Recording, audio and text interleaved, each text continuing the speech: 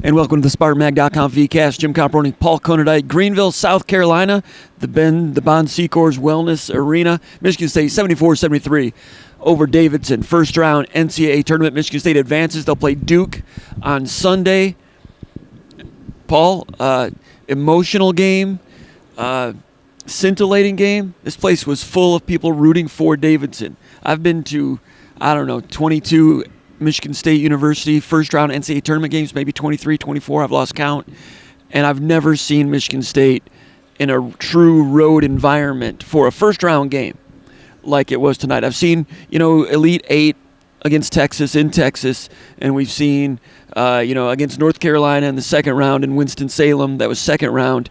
But first round game, I've never seen a Michigan State team up against it like they were tonight. The Davidson fans, of course, were loud. The Duke fans were loud in favor of Davidson. The neutral people that live around here that are Clemson Tiger fans, they were loud in favor of Davidson. Michigan State down 5-6 minutes to go. They had a lot to fight back from, and they did it, Paul. They showed some guts. Yeah, I mean, you thought probably as well as I did when Michigan State fell down by, 4 points, 5 points? It's like, okay, they're on the ropes. They've got to do something. At that point, they were settling for threes. Davidson was getting ball movement like crazy, getting the ball inside. And, if you get the ball to those guys in certain positions, those Euro players, they're going to make it. Their footwork is good enough where it doesn't matter who's defending them.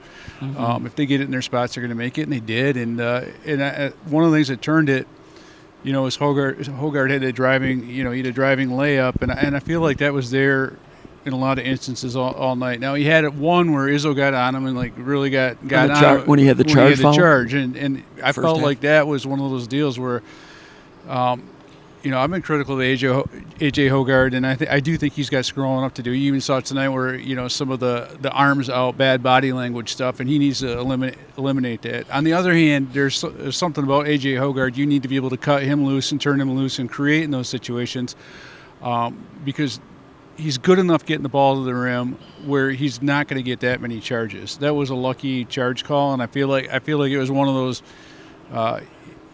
borderline calls. I don't know if it needed to be made, but I think he turned it, and I think that 2-point guard lineup turned it. Now, like Joey Hauser kept him in the game throughout the game. There's no question about that. He did some really good things, but those two guards, the combination of Hauser driving to the rim, and then Tyson Walker playing defense on Foster Loyer and really making him work really hard. Like Foster Loyer, within the parameters of this offense, he doesn't have to do much thinking. He knows exactly what he has to do, where the ball has to go. But when you've got a guy as athletic as Tyson Walker is, and you have a guy whose hands are as quick as Tyson Walker is, then all of a sudden, instead of thinking about getting the ball to your spots, you're thinking about, is this guy going to strip me or something like that? And I thought the two guards, Walker and Hauser, they did a nice job. And the mental toughness those two dudes showed, I think those guys have grown up a lot. You can see it in the low turnover numbers, but the mental toughness that this team has started to build in the last portion of the regular season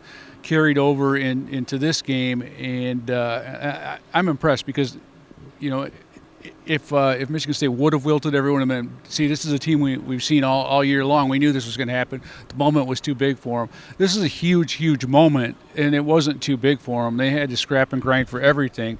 Even that comeback at the end by Davidson, Michigan State players showed a lot of poise, with the exception of the turnover by Malik Hall, but a really, really big growing moment for Michigan State. A game they easily could have lost. A game that the entire world around them wanted them to lose, and they refused to wilt. And I didn't know that was capable from this team, before the last couple weeks. The difficulty of this victory should not be forgotten. This was a tough win, tough environment, good team they went against. Michigan State was 5 of 22 from three-point range at one point. It just seemed like one of those nights, but then they made 2 of their next 4, including in that 10-0 run. You mentioned Hauser. He began that 10-0 run with an aggressive drive to the rim. It was coming out after a timeout. Michigan State was noticeably different coming out of that timeout. Not only on offense, but on defense, they started pressing up, chesting up into people on the ball and away from the ball. Not worried about being beaten off the dribble by these guys because that's not really their game. And that changed the game right then. And Izzo was like, it makes you wonder where that was the rest of the night. Now, that's a talking point, but in actuality, they went to a different style of defense late. Not sure you can play that style of defense for 40 minutes. It's very difficult to do. But Michigan State had that card in their hand to play.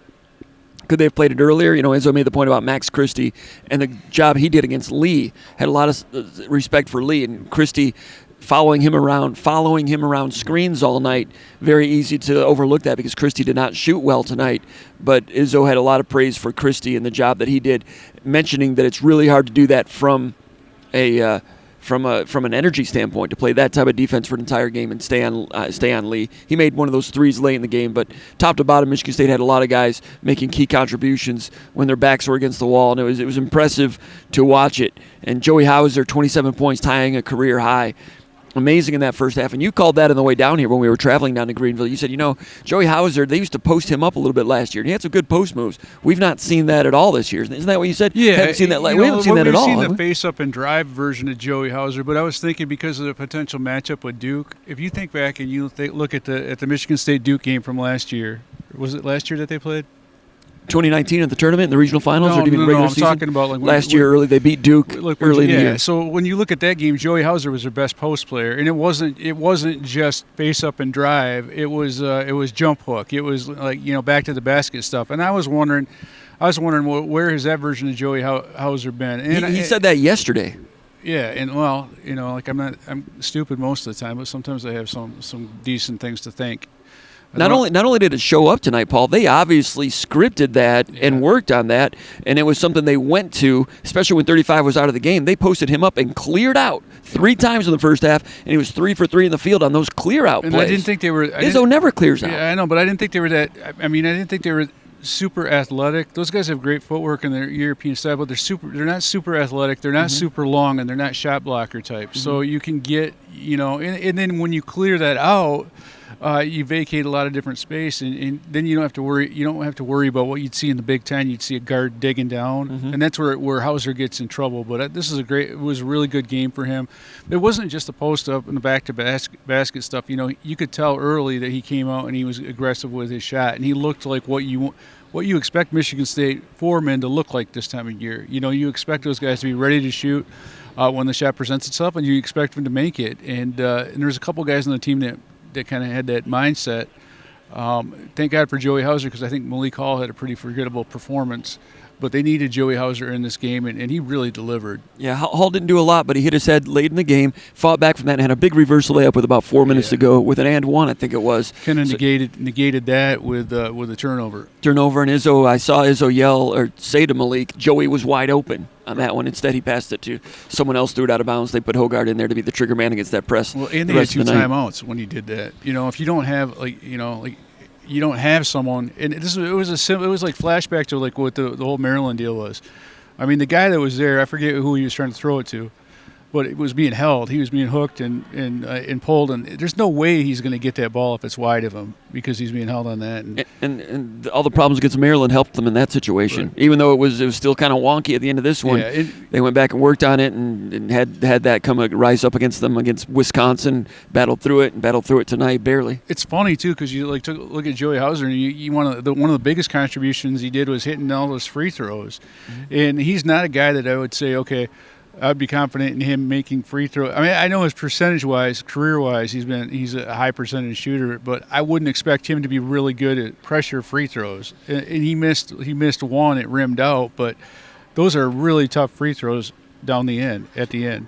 Michigan State was able to play some cards today. They had the Joey Hauser in the post card. They played that card. Like you mentioned, they went to the 2 guards when they were down 5 with 8 minutes to go, went on a 10-0 run. That's a card they had. They played it and got something out of it. Earlier, they went small with Hauser and Malik, and that was just kind of okay, but they were different cards that they played. And also A.J. Hogard when they were down 10 coming out of that timeout when he drove on that one you're talking about, and then drove and kicked to Gabe Brown in the corner for a 3-pointer, and then he finished the 10-0 run, Hogard did, with that drive with the shot clock going down, physical, through some contact, little floater in the lane. That was the A.J. Hogard that played against Purdue. Or who was it? Against Wisconsin? What was the big game that Hogard had? Or was it he Purdue? He played a couple of really good ones. He had a big game against Purdue, or in the Big Ten tournament. Yeah, Big Ten tournament, yeah. Against Purdue, that was the Hogard against Purdue. Like hit the gas pedal, get downhill, make things happen. And he didn't force it too much. He had the one charging infraction, and Izzo got on him, and they were trying to iron things out. And Izzo didn't really trust Hogard there late in the first half, or last 7 minutes of the first half. Went more with Walker. But then when it was cutting time, as Judd Heathcote used to say. Hogard came out, hit the gas pedal harder, and he sparked that 10-0 run. And it was the Purdue version, the versus Purdue version of Hogard that was a card that I don't know if Izzo played it or Hogard did it himself, but the team changed there. What I'm getting at is Michigan State, they don't have alpha go-to guys necessarily, but they've got a smattering of 9 or 10 guys that have all done something at some point, and some of those guys are confident to do it. And they played some cards at the end and pulled it out. It has to be very frustrating for Davidson because they played really well. It was a very good version of themselves. Michigan State was not the best version of themselves, especially the three-point shooting and the open shots they were missing, but they still rescued it. Man, a lot of respect for Michigan State. I don't think Davidson could have played any better than they did tonight. I really felt like, they got looks that they wanted. Some of the transition that I thought Michigan State was going to get wasn't there, so their transition defense was better than I thought it was going to be. We talked about the baseline drives yesterday in the VCast. There were a handful of them, but not much there on the baseline that I thought. There wasn't a bunch of dunks at the rim, the oops that I thought that were possible against these guys. So I think David's, and they said afterwards, Luka Brakovic, he mentioned afterwards, we left everything we had out there, and Bob McKillop was about as proud of his team as I've ever seen a coach after a loss in this game, and it was, it was pretty emotional press conference afterwards for those guys. Emotional for Izzo, too. Yeah. Izzo wasn't as much in the press conference, but when I watched him walk off the court here after it was over, he had tears in his eyes, Paul. I've never seen him cry after a first-round NCAA tournament game. Well, there's a lot of things that could have gone wrong. I mean, you think Michigan, this is a thing that the only positive for Michigan State is to win this game. If they lose this game, there's an immense amount of pressure. And no-win situation in some ways. And then if you lose 2 times in the first round, back-to-back, then everyone's like, oh, the magic is over, you don't have it anymore. But for the program like Michigan State, whose legend is based on what you do in March, the worst thing that can ever happen is going out in the first round. And it was a very real possibility against a conference champion. I know the A-10 isn't, I've said this in the past, but I don't think the A-10 is what it used to be maybe 10 years ago. But this was a conference champion, and they came in here expecting to win, and they got an extra boost from the crowd. So this is a huge win for Michigan State, and they'll face another crowd that's very pro-Duke coming up. The difference is I really feel like the pressure isn't on Michigan State in this next one. The pressure is on Duke. Yes. And you could see that tonight watching Duke play Cal State Fullerton. This isn't what I would call a typical Duke team. Not a great Duke team. Especially with Not yet. I mean, they could against Michigan State. We've seen this before. I mean, all the flaws that we saw tonight against Cal State Fullerton, maybe they turn it around. But there's going to be a lot of pressure on this Duke team, given this is Coach K's, farewell tour. That's a tough position to be in when you're an 18 to 22-year-old kid. That last loss for Krzyzewski, I assume, is looming at some point. But they've not played well the last 2 or 3 weeks. Lost by 12 or 13 at home. The last game at Cameron Indoor for Krzyzewski against North Carolina did not play well. They were leaky. They were casual. Gave up more than 90 points. And they were tight. And Krzyzewski, but Krzyzewski said they were tight, or the players kind of got in the aftermath of that game. There was some feeling that the players had kind of gotten lost in the Krzyzewski circus. Well, that's fine, but their defense. Talk about defense terrible. Traveling. Defense wasn't even playing at home. I mean, those staples that you rely on, they don't exist right now for Duke. Maybe they can turn it around here late in the year in March, but they were giving up just there was leaks, and they were not airtight on defense, everything to the rim. And then in the ACC tournament, in game 1 of the ACC tournament, did not play well against a mediocre Syracuse game, pulled that one out. Then they won another game. Then they lost by 15 or 20 to Virginia Tech. I don't look too much into 3 games in 3 days in a conference tournament setting. Didn't even watch that game and what went wrong that day. But the point is, there's a lot of Duke people that know they don't look like Duke, including Krzyzewski, including these former players. And he's been, trying to get them to get it straightened out. Hey, they've got first-round draft picks on that team. Like I said on Stout's show earlier this week, so far for Duke, it's been a case of the whole does not equal the sum of the parts. They've got great parts, but the whole is not working real well, and it needs to start working real well against Michigan State on Sunday, because I think State is going to carry off of this and come forward with a real strong game against the number 2 seed. It is Duke. They are a number 2 seed, but so far they're not like a great Duke team. No, and I told you if they were playing a different 15 seed than Cal State Fullerton, I really believe they would have had a problem. They might have lost in this game. The thing that Cal State Fullerton did not do, Cal State Fullerton got a ton of points in transition, 20 points in transition, and they couldn't finish at the rim. Couldn't finish at the rim. So you're looking at a team that's got 20 points in transition if they had a reasonable percentage, and it's not because of the rim protection that Duke has. Duke doesn't really have a lot of rim protection. Well, Williams is a very good shot blocker. He's good, but not like you. He's not a guy that is rangy shot blocker. He's like our Marquise Gray kind of guy. Get up and do it, but not move super well. But if they were playing the St. Peter's or a team that could shoot threes, I think they would have gone home tonight. The question I've got, for Michigan State is Max Christie. You can say that he played a lot of minutes and played a tough defensive assignment on Lee. He's been playing tough defensive assignments on a consistent basis this year. He had wide open shots tonight. Sure did. And he could not make them. Could not. And it wasn't just 3-point misses. Mm-hmm. It was it was the mid-range stuff. And Michigan State, they need the better version of Max Christie. Have to. You can't play as many minutes. I don't know. He played under 20 minutes tonight, and so actually 26 minutes, but under 30. But under 30. But I think that I don't know what did Gabe Brown play minutes wise tonight? But they went away from Christie. You're right. Gabe Brown played 31 minutes. Oh, I'm talking about Max Christie. I just dropped my notes, so this is my first half box score.